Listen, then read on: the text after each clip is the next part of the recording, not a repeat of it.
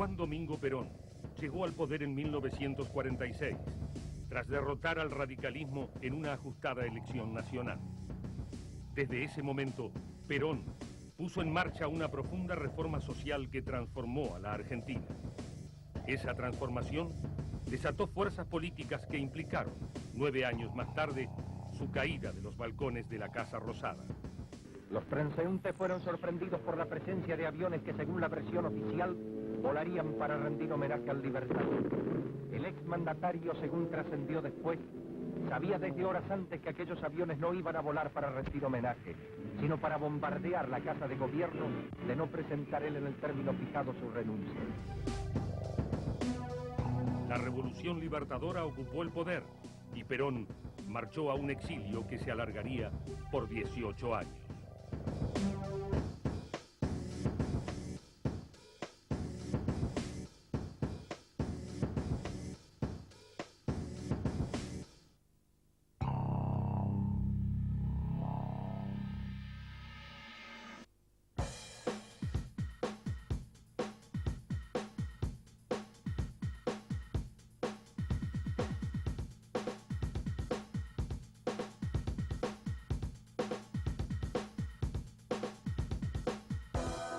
Los movimientos guerrilleros asumen la iniciativa política en 1970, cuando una desconocida organización Montoneros secuestra y ejecuta al general Pedro Eugenio Aramburu, líder del golpe de Estado que había derrocado a Perón en 1955.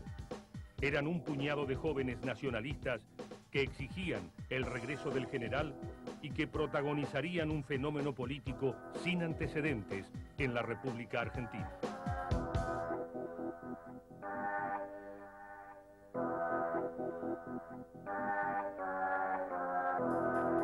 Pero Montoneros no era la única organización armada, y la dictadura de Alejandro Agustín Lanusse, cada vez que capturaba a un guerrillero, ordenaba su reclusión en el penal de Rawson.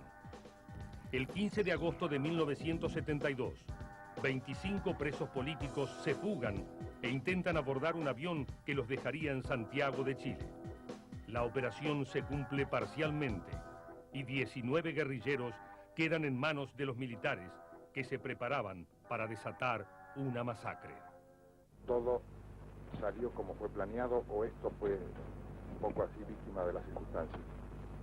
Sí, evidentemente, o sea, nuestra intención era irnos, no hacer esto. No fuéramos todos, se fue solo un grupo, el resto no pudimos llegar a tiempo. ¿No llegaron a tiempo? No llegamos a tiempo. El resto del grupo que despegó, que pudo despegar en el avión, ya tenía órdenes precisas de que ustedes, si no llegaban a tiempo, ellos despegaran. Así es. Sí. Así es. ¿Cuántos quedaron acá en este momento? Creo que somos de 19 o 20, en este momento lo vamos a contar. El capitán de corbeta Luis Emilio Sosa negoció los términos de la rendición. Los guerrilleros se entregaban y a cambio podían regresar al penal de Rawson. Acaban de manifestar miembros de las organizaciones armadas, FARC, ERP y Montoneros, entregarse incondicionalmente sin ningún tipo de violencia. Pero la Armada no cumplió. Los presos políticos fueron trasladados a la base aeronaval Comandante Sar, donde fueron torturados sistemáticamente. Y en la madrugada del 22 de agosto de 1972 se consumó la masacre de Trelew. Fueron asesinados 16 guerrilleros. Sobrevivieron María Antonia Berger, Ricardo Aydar y Alberto Camps. En un momento, estando ya heridos, escuchamos que era un grupo de personas preguntando qué era lo que había sucedido. A partir de entonces no se escucharon más tiros de remate. Eso, a nuestro entender, es lo que explica que hayamos sobrevivido. De todas maneras, se pretendió y se logró que se pretendía que no hubiera ningún tipo de sobrevivientes. La dictadura militar necesitaba tiempo e información para dar su versión de la masacre. Entonces, fue enviado a Trelew el contraalmirante Hermes José Quijada, jefe del Estado Mayor Conjunto. ¿Su presencia aquí obedece a los hechos que son de conocimiento? No obedecen a esto. Obedecen a otros problemas, pero por supuesto todos tienen relación entre sí. De todas maneras, aprovechando su presencia aquí, ¿ha visitado la base aeronaval? que pase por la base de un momentito. ¿Hay alguna consignación de la información respecto a más muertes? No, ninguna. Yo no tengo conocimiento. ¿Cuál sería la cifra? Betti es el comandante de la zona de emergencia, el que le puede informar. ¿Se dirige a informar entonces al presidente de la Nación usted? Yo no voy a ver al presidente de la Nación. No tiene relación mi presencia acá con estos hechos. Muy amable, muchas gracias. Muchas gracias.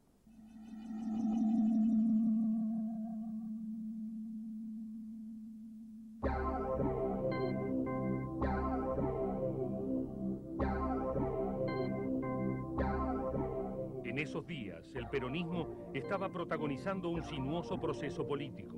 El general ya había reemplazado a su controvertido delegado personal, Jorge Daniel Paladino, por un ex legislador que conocía desde 1946, Héctor J. Cámpora.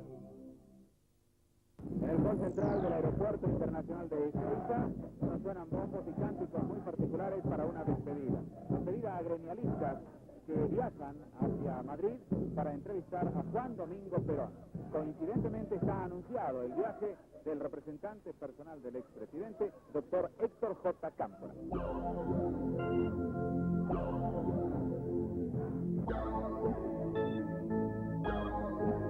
No fue fácil para Cámpora representar a Perón. Aún no se sabía si regresaba, y las distintas facciones partidarias jugaban un juego muy complicado y oscuro. Tan complicado que cualquier viaje del delegado a Madrid podía terminar en una trifulca en el Aeropuerto Internacional de Ezeiza. Situaciones nuevamente, hay una reacción y otra vez se arma una trifulca entre representantes de distintos sectores. Señora, ¿qué opina de todo esto? Y eso no son los peronistas nada más, señor. Ningún peronista hace esto, señor. Ningún peronista hace esto, señor.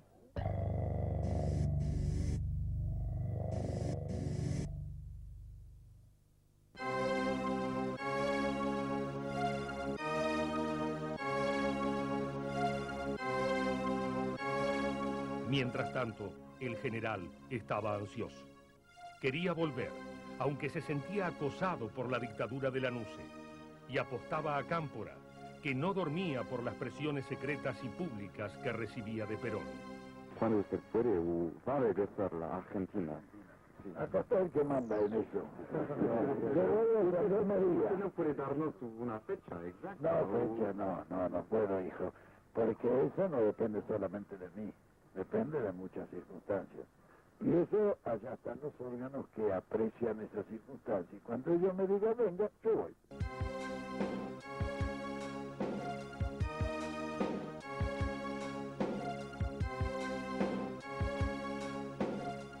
Perón sabía que su regreso a Buenos Aires no dependía únicamente de los acuerdos secretos que podía hacer con el régimen de Lanusse y los distintos grupos de poder que convivían en el movimiento nacional justicialista.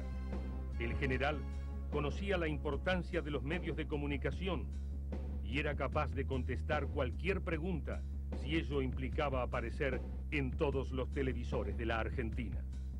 Nosotros estuvimos conversando hace un ratito con su esposa, Isabel Martínez, y nos decía que a usted le gusta conducir el automóvil y que le tiene que pedir a veces que no vaya tan rápido. Bueno, como a todo. ¿A quién no le gusta andar en automóvil? A todo el mundo. También ir a hacer las compras. Sí, eso me entretiene, me gusta.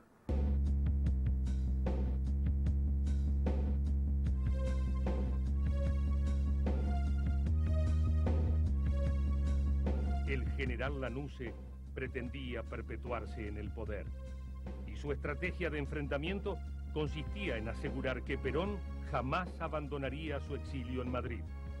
Lanusse llegó a decir que al expresidente no le daba el cuero para volver a la Argentina. Los dirigentes peronistas sabían de los planes de la dictadura y aprovechaban cualquier ocasión para jurar que Perón regresaba a Buenos Aires durante 1972.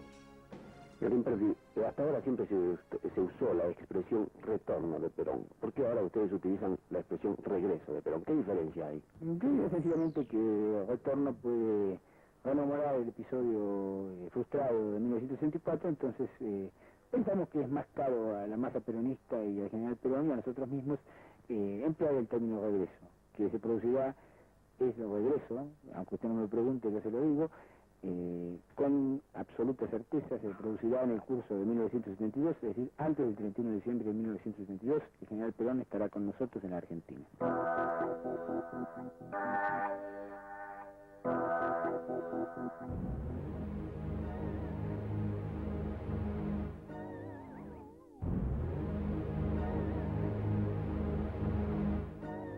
Mientras Lanusse y Perón movían sus piezas, la sociedad argentina se mostraba dividida frente al probable regreso del expresidente. ¿Qué va a ser el día de regreso de Perón? Y voy a estar en Suiza, si me dejan en paz. ¿Me parece que va a ser positivo? Sí. El día 17 de noviembre, a las 11, ¿dónde se va a encontrar? Cualquier lado lejos de Perón. ¿Le parece que puede ser un día positivo?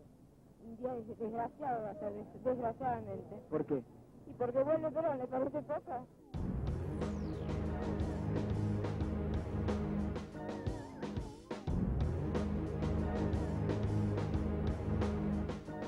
Finalmente, Lanusse perdió la partida. Y un vuelo charter repleto de militantes, dirigentes, artistas, deportistas, cantantes y actores partió desde Ezeiza rumbo a Europa para escoltar a Perón en su regreso a la Argentina. Antes de abordar el avión, que haría escala en Roma, los invitados especiales dejaron trascender su emoción y alegría. Todos se sabían protagonistas de un hecho histórico único, definitivo. Casildo Herrera, de Textiles, miembro de las 62 organizaciones. Herrera, ¿con qué espíritu emprende este viaje? Se imagina con la tremenda satisfacción de peronista de poder venir con el general Perón en el viaje tal vez más histórico que marca la historia argentina. ¿Con qué espíritu viaja? Con el espíritu netamente nacional, que es lo que nos tiene que empujar en estos momentos. Buen viaje. Se aproxima a Lorenzo Miguel, uno de los máximos dirigentes del sindicalismo peronista. Miguel, nos interesa su opinión, momentos antes de partir. Bueno, se imagina que estamos ya a víspera de concretar un sueño que hace 18 años que venimos anhelando. Y esperamos de que al llegar el día viernes se concrete ese anhelo no solamente de la clase trabajadora, sino del pueblo argentino. Chunchuna Villafaña a punto de embarcarse. ¿Qué significa este viaje para vos, Chunchuna? Para mí significa mucho, me parece que es un viaje histórico, muy importante. ¿Estás muy tranquila o estás algo nerviosa? Estoy nerviosísima. Marilina Ross. ¿Qué tal? Bueno, yo no voy en representatividad de nada, simplemente fue una invitación personal, que yo agradezco muchísimo, y voy como una peronista más, nada más. Son muchas las personas y queremos tener una impresión así directa suya en este momento en que se emprende un viaje. Bueno, estoy, señor Gómez Sánchez, profundamente emocionado. Lo noto efectivamente muy emocionado y yo creo que mi obligación en este momento sería liberarlo de hacerle mayores preguntas. Cuando usted se serene y esté en condiciones de contestar, hablaremos más ampliamente. Le deseo por ahora muy buen viaje. Muchas gracias.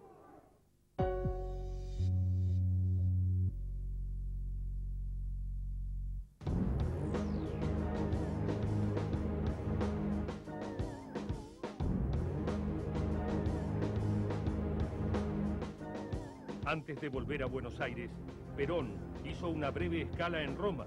Allí se hospedó en el Hotel Excelsior, donde contó las horas para cumplir un sueño que ya tenía 18 años.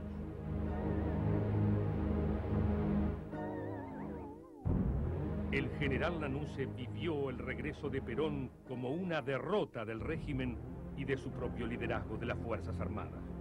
Entonces, para complicar el reencuentro del peronismo con su líder histórico, montó un sistema de seguridad que finalmente fue sobrepasado por la multitud que llegó hasta Ezeiza.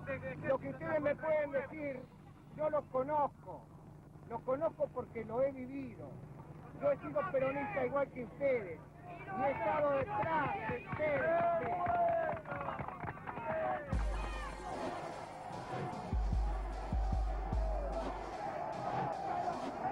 Han rebasado a los soldados.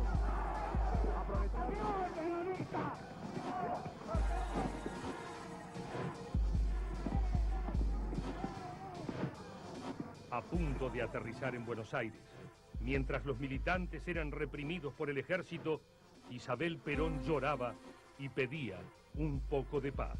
Quería pedirle a los argentinos que se den la mano para que podamos levantar entre todos este gran país. Que dejemos los odios y los rencores. Y que no pensemos ni siquiera en nuestras ideas políticas, sino en que todos somos hermanos y en que todos somos argentinos.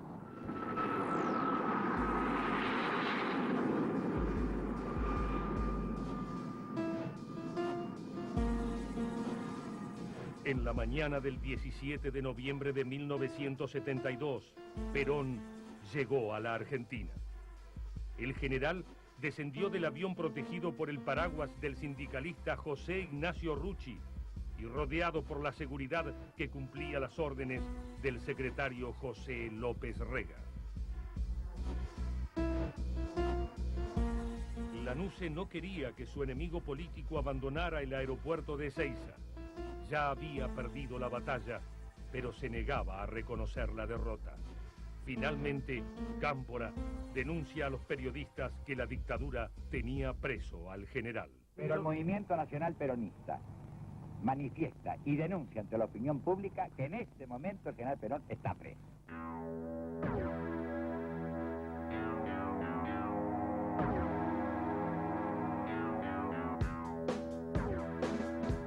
El 18 de noviembre, un día después de su regreso, Perón recupera la libertad. Inmediatamente deja el aeropuerto de Ezeiza y se dirige a su casa de Gaspar Campos, a donde terminaría de diseñar la estrategia.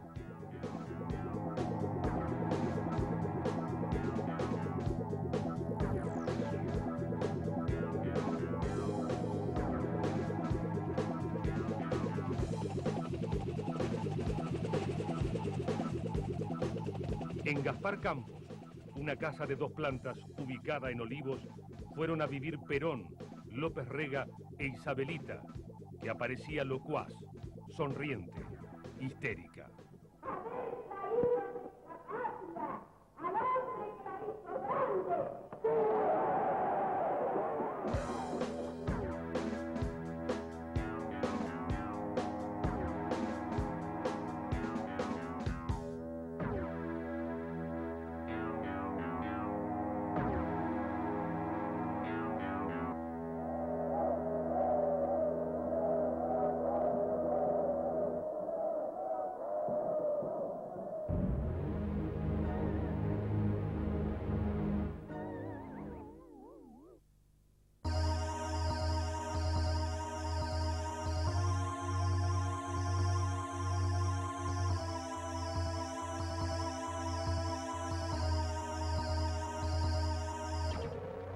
El 14 de diciembre de 1972, Perón abandona la Argentina y se dirige al Paraguay para visitar al dictador Alfredo Stroessner. Esa noche, en el Hotel Guaraní de Asunción, el general le anuncia a su delegado que será candidato a presidente de la nación. La candidatura mía y la candidatura de cualquier otro dirigente político no tiene la importancia que algunos le atribuyen.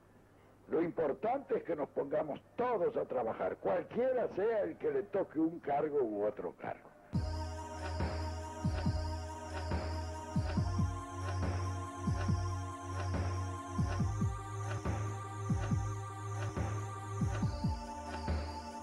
El régimen no permitió que Juan Domingo Perón fuera candidato a presidente, ni que estuviera en la Argentina para participar de la campaña. La dictadura de Lanusse evaluó que la ausencia del general podía complicar las chances de Cámpora, un candidato que despertaba pocas emociones en el electorado independiente. ¿Quiere agregar alguna otra cosa para Nuevo Diario, doctor Cámpora? No, muchas gracias, señor Rosiglione. No sigo dialogando con usted porque estoy afectado de una gran afonía. El médico especialista me ha recomendado un gran reposo que no podría hacer. La saludo por intermedio suyo a toda la ciudadanía capitalina, con lo mejor de mi corazón y con mi más grande solidaridad.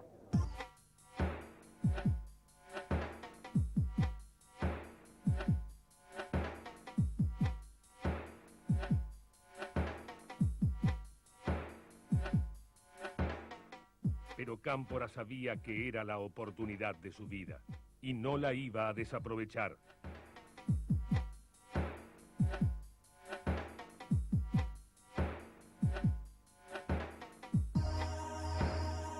El candidato hizo campaña electoral en todo el país. El tío, como lo llamaba cariñosamente la juventud peronista, fue a Río Negro, a Corrientes. Viajó a Santiago del Estero, donde la dictadura montó un cerco con la policía local y el ejército. Compartió un pequeño avión bimotor con la jerarquía del justicialismo. Recibió el respaldo de la juventud peronista y se mostró exultante frente a los periodistas. Tan exultante que describía caravanas electorales que solo estaban en su imaginación. Mire, es incuestionablemente indescriptible lo que pasó en el día de ayer en La Rioja. En el aeropuerto nos recibieron no sé cuántos cientos de personas. Tuvieron que poner unas escalerillas del avión para llevarnos entre las personas porque era imposible caminar.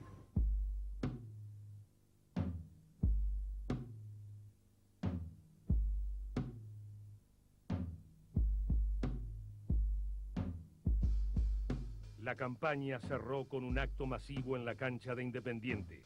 Cámpora sabía que ganaba y lo único que deseaba era evitar el balotaje.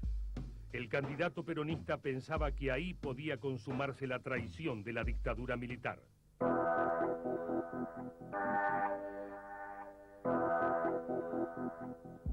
El 11 de marzo de 1973 se votó en la Argentina.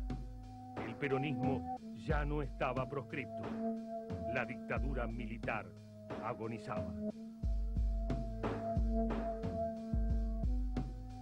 El Frente Justicialista de Liberación, encabezado por Héctor J. Cámpora y Vicente Solano Lima, ganó las elecciones por una mayoría abrumadora.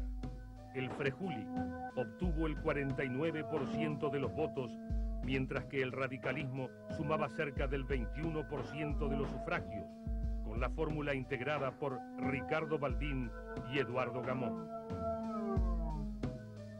Cámpora obtuvo casi 6 millones de votos, una cifra que le permitió a la izquierda peronista acceder a poderosos distritos del país, como Buenos Aires, Mendoza y Córdoba. Sin embargo, la victoria no fue completa. El Frejuli perdió en la capital federal ante un candidato radical con mirada insulsa y discurso tenue, que aspiraba a una banca de senador, Fernando de la Rúa.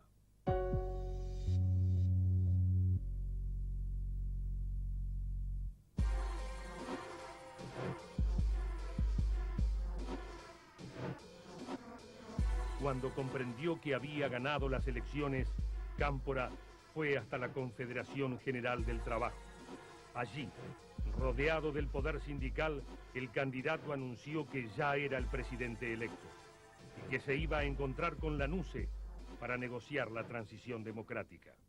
¿Va a tomar contacto personal con el presidente Lanusse, doctor? Bueno, el gobierno me ha invitado a tomar contacto a nivel administrativo para poder imponerme de toda la situación del país. ¿Usted aceptará esta invitación? Ya le he aceptado. Así que un encuentro Cámpora-Lanusse sería muy probable para la semana próxima. Bueno, será Cámpora-Gobierno.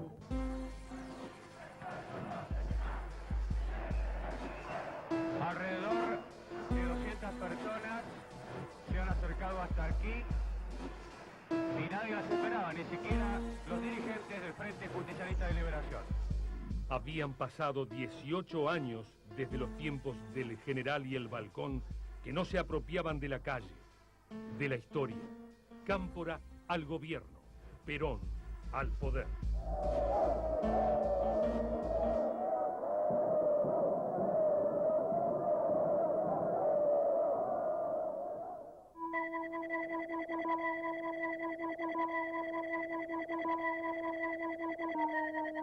Tras los comicios del 11 de marzo, la situación política era muy compleja.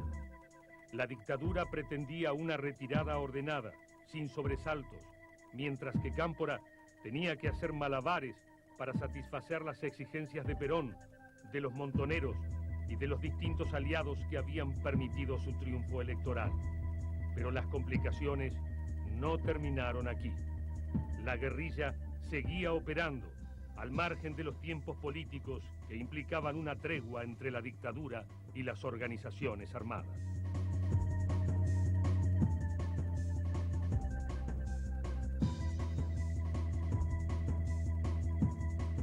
El 31 de abril de 1973, un comando perteneciente al ERP, 22 de agosto, ajustició al contraalmirante Hermes Quijada, uno de los principales encubridores de la masacre de Trelew. La operación fue encabezada por Víctor Fernández Palmeiro, quien también murió por las heridas recibidas en el atentado guerrillero.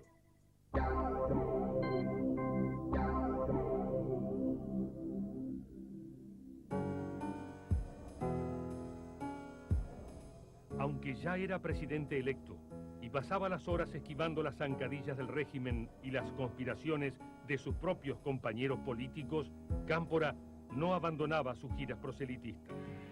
Una mañana, invitado por el padre Mujica, llegó hasta la Villa Comunicaciones, ubicada a pocos kilómetros de la Casa Rosada.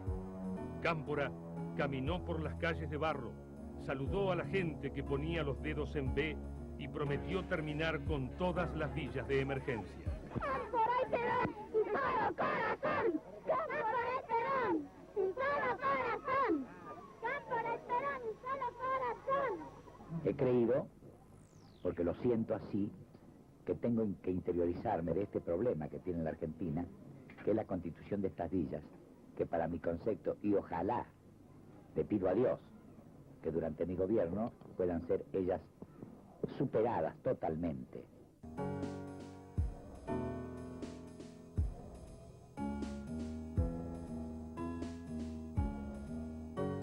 El presidente estaba feliz y no dudó cuando lo invitaron a comer un asado. Casi a los postres, Cámpora elogió al asador que había enfrentado a la parrilla en inferioridad de condiciones. El doctor Cámpora decía recién, comentaba que este hombre que ha hecho hoy las veces de cocinero, lo hizo con un ojo solo, ¿no es cierto? Porque está lesionado. Y me permití repetir que cómo sería el asado, que no podría haber estado mejor, pero si este amigo y este compañero hubiera tenido los dos ojos para hacerlo, ¿no?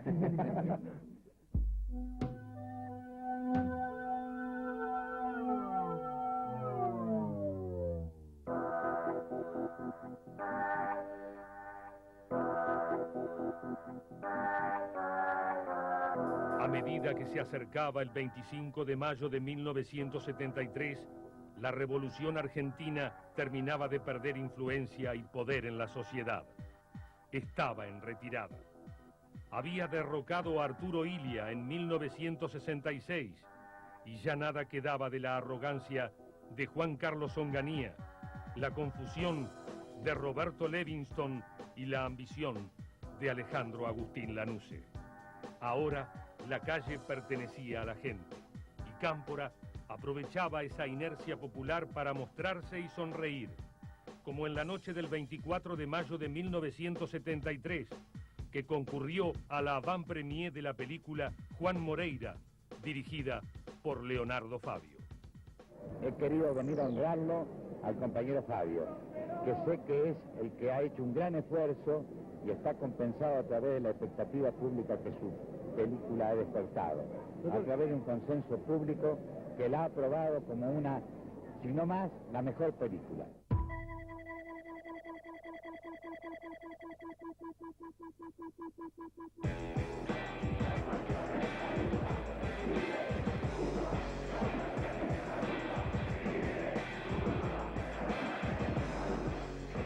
La asunción del tío Cámpora fue una fiesta. El delegado de Perón llegó temprano al Congreso para jurar como presidente de la Nación. Junto a él, en un hecho inédito, estaban Osvaldo Dorticós, presidente de Cuba, y Salvador Allende, su colega chileno. Cámpora hizo un discurso que recordó a Perón y reivindicó a los jóvenes peronistas, sus principales aliados en el poder. Cerca del presidente, los representantes de las Fuerzas Armadas se mostraban tiesos, escuchando con atención. Durante toda mi vida política no he sido otra cosa más que un modesto soldado de la causa nacional y de la causa peronista.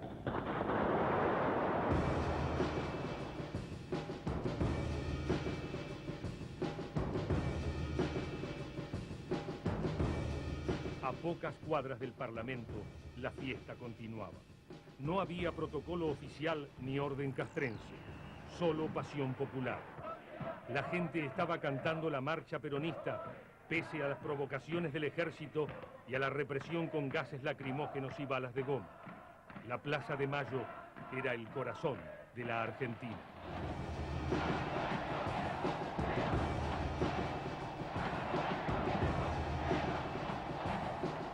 El 25 de mayo de 1973 inició una etapa de la historia argentina caracterizada por la tragedia política y las movilizaciones populares.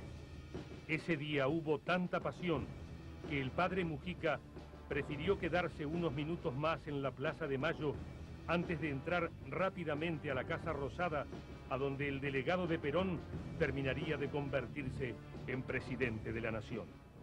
Padre Mujica, ¿por qué no está en la sesión en los actos oficiales? Bueno, ahora voy a ir acá a la Casa de Gobierno cuando apure el doctor Cámpora, pero no me quería perder esta alegría tremenda del pueblo y me parecía que tenía que estar justo a mis compañeros villeros en este momento de alegría del pueblo.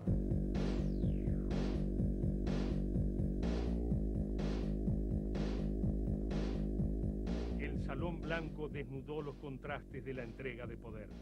Allí se encontraban el general golpista Lanusse, el presidente cubano Dorticós y el líder socialista Allende. Ninguno estaba cómodo, pero el protocolo fija reglas que la política y la ideología no pueden romper. Cámpora recibió la banda y el bastón presidencial. Sonrió con cautela y pensó que ya se había ganado un lugar en la historia argentina.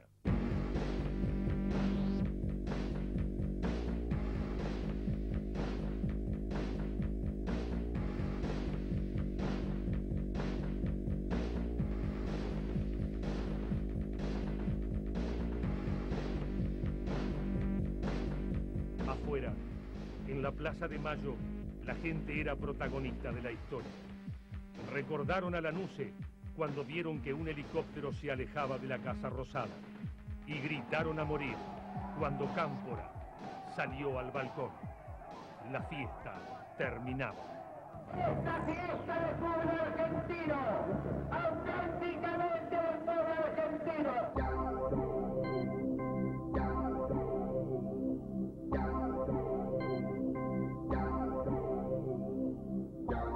El gabinete exhibía la tensión del peronismo.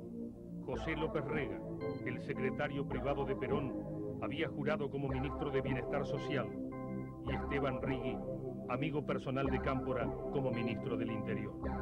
López Rega era la derecha peronista, jefe de la AAA. Rigui, en cambio, era aliado de los montoneros. Ambos serán protagonistas de un gobierno marcado por la movilización popular y la tragedia.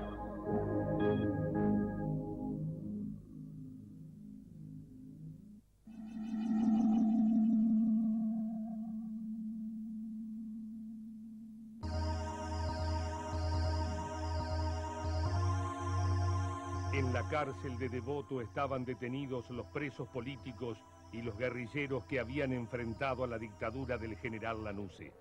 Cámpora se había comprometido a ordenar su inmediata libertad, pero la promesa tardaba en cumplirse. El 25 de mayo de 1973, ante la dilación presidencial, una columna de 40.000 jóvenes rodeó el penal. Exigían la libertad de sus compañeros detenidos por el régimen militar. Aquí se vive un momento de mucha tensión, puesto que la cantidad de gente que está fuera de este penal intenta entrar al penal y pide a gritos la liberación de los detenidos, los presos políticos que se encuentran en las celdas.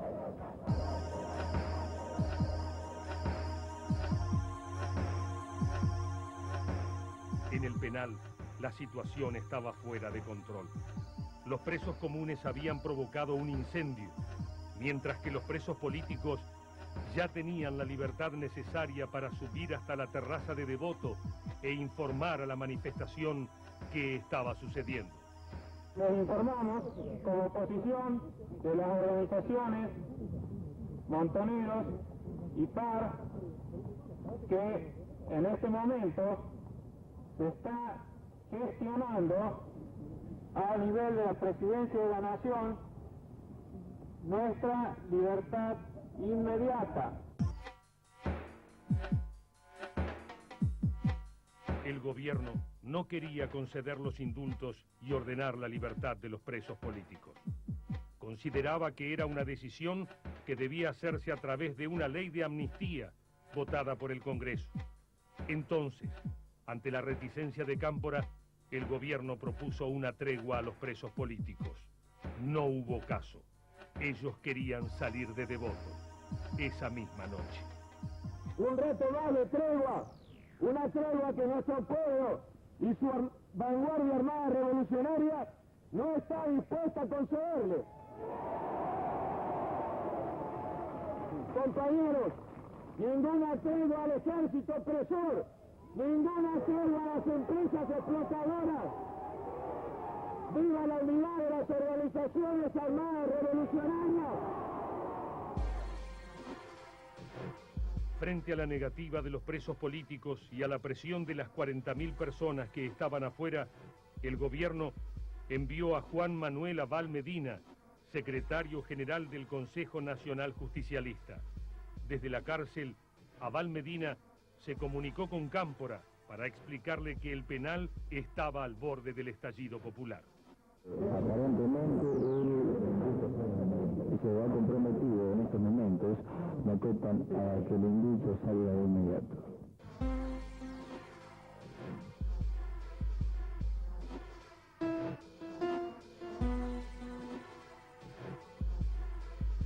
La llamada de Abal Medina terminó con las dudas presidenciales. El 25 de mayo de 1973, cerca de la medianoche, los presos políticos recuperaron la libertad. Nos encontramos en la puerta penal de Villa Devoto y en el camión que tenemos en imagen hay un buen número de detenidos políticos liberados recientemente.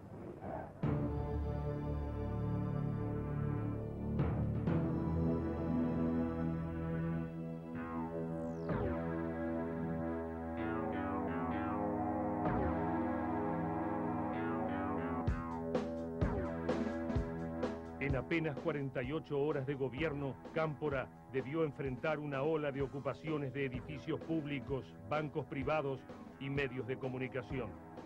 Era una carrera desenfrenada entre las organizaciones guerrilleras y la derecha partidaria que dirimían sus diferencias ocupando todo lo que estuviera a su alcance.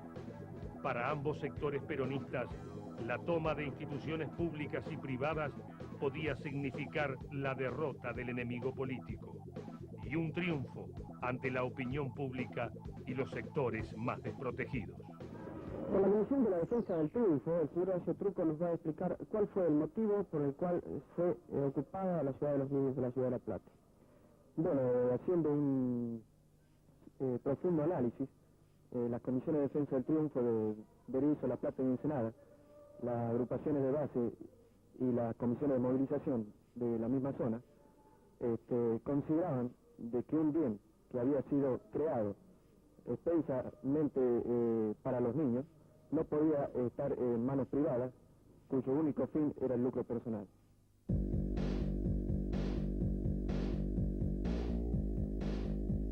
Cámpora quería llevar adelante la transformación social y económica del país. En ese esquema, creía necesario un acercamiento entre el ejército y la juventud peronista, dos sectores que la proscripción de Perón y la dictadura militar habían transformado en acérrimos enemigos. En este contexto, a principios de su gestión, el presidente puso en marcha el operativo Dorrego. El ejército, encabezado por el general Jorge Raúl Carcaño, y la juventud peronista, liderada por Juan Carlos Dante Gullo, debían hacer trabajos comunitarios en distintos lugares de la República Argentina. Así fue como militantes montoneros y oficiales, suboficiales y soldados del ejército trabajaron en común, haciendo cloacas en la Villa Comunicaciones y ayudando a los inundados de la provincia de Buenos Aires. En esos momentos, junio de 1973, ambos protagonistas rescataron el trabajo en conjunto destinado a los sectores más desprotegidos de la Argentina. Años más tarde, desde el 24 de marzo de 1976, cuando el general Jorge Rafael Videla tomó por asalto la Casa Rosada, ese mismo ejército secuestró, asesinó o encarceló a la mayoría de los militantes que participaron del operativo Dorrego. A principios de junio de 1973, Cámpora comprendió que su tiempo estaba terminando. Perón lo trataba con frialdad y López Rega, día tras día, se volvía más poderoso. El ministro de Bienestar Social ejercía un poder que llegaba directamente desde Madrid, a donde el general ya parecía cansado y distante.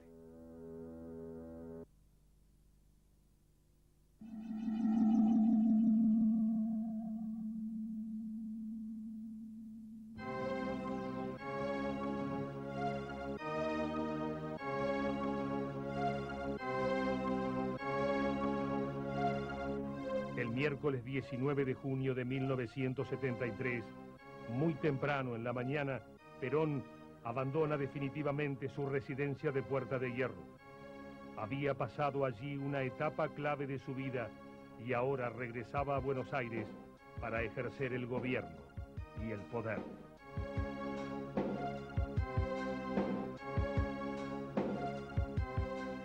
Muy lentamente va saliendo el automóvil que conduce al general Perón, a José López Rega y a su señora esposa. Adiós, mi general.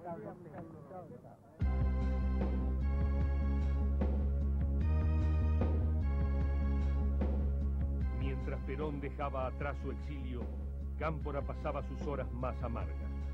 El presidente estaba en Madrid, pero el general lo ignoró, lo menospreció. Recién en el aeropuerto de Barajas, cuando Franco llegó para cumplir con las reglas de protocolo, Cámpora y Perón se mostraron juntos. Sin embargo, ya quedaba muy poco entre ellos. Ahora el generalísimo Francisco Franco, el general Perón y el presidente doctor Cámpora saluda a la tripulación de Aerolíneas Argentinas.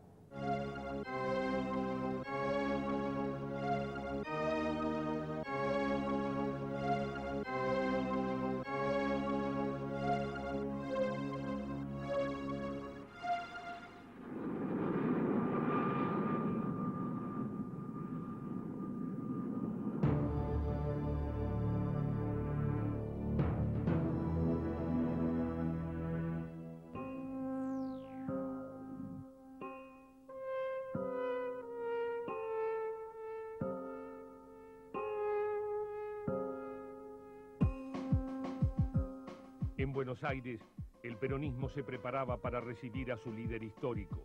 Era el regreso definitivo y el gobierno había decidido organizar un acto popular en los bosques de Ezeiza. Cámpora ya sabía que se tramaba una conspiración en su contra, que apostaba a un golpe palaciego apoyado por la burocracia sindical y la derecha justicialista. Sin embargo, el presidente dejó en sus manos la organización y la seguridad del acto. Un error político que prolongó la tragedia.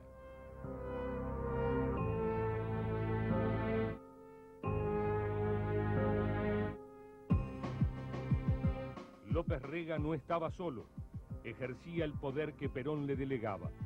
El Brujo tenía como jefe de operaciones a Jorge Osinde, un coronel del ejército que participó en la creación de la AAA. El coronel Osinde había sido designado secretario de Deportes y fue el encargado de preparar la emboscada que terminó en la masacre de Ezeiza. La autopista presenta un efecto totalmente inusitado, una cosa que nunca se ha visto. El pueblo ha ganado la avenida General Richieri.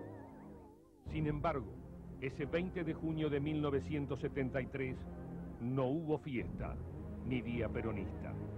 Las bandas armadas desplegadas por López Rega y Osinde empezaron su faena cerca de las 3 de la tarde.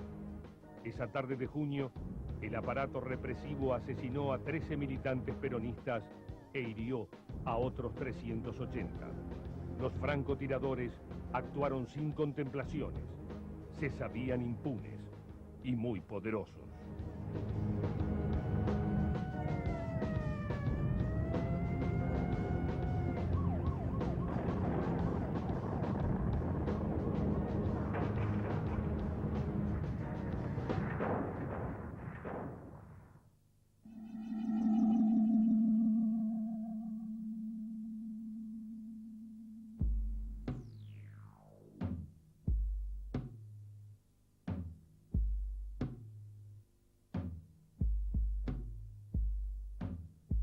La masacre de Ezeiza terminó con la fiesta peronista. El avión presidencial que llegaba desde Madrid fue desviado al aeropuerto de Morón, a donde nadie sabía con certeza qué había pasado. Lo único cierto era que Cámpora ya tenía los días contados y que los partes médicos informaban minuto tras minuto sobre los muertos y los heridos de Ezeiza. ¿Cuántas personas perdieron la vida en este nosocomio? 10 personas. ¿Y cuántos heridos, doctor? Heridos de bala, 69. El gobierno conocía a los responsables de la tragedia. Todos los indicios apuntaban a López Rega y Osinde. No había dudas sobre su responsabilidad. Los dos tenían que renunciar y aceptar las responsabilidades penales y políticas. Sin embargo, Cámpora no tuvo coraje de avanzar sobre el secretario privado de Perón. Se conformó con la renuncia de Osinde, que solo cumplía órdenes del brujo. Este error terminaría con su vida política. Horas después de la masacre, Perón evaluó su regreso a Madrid. Quería tomar distancia del presidente, a quien hizo responsable de la tragedia. Finalmente, aconsejado por López Rega, el general abandonó la Quinta de Olivos y se mudó a Gaspar Campos, a donde montó un gobierno paralelo que diseñó la caída de Cámpora y preparó los pasos necesarios para recuperar el poder.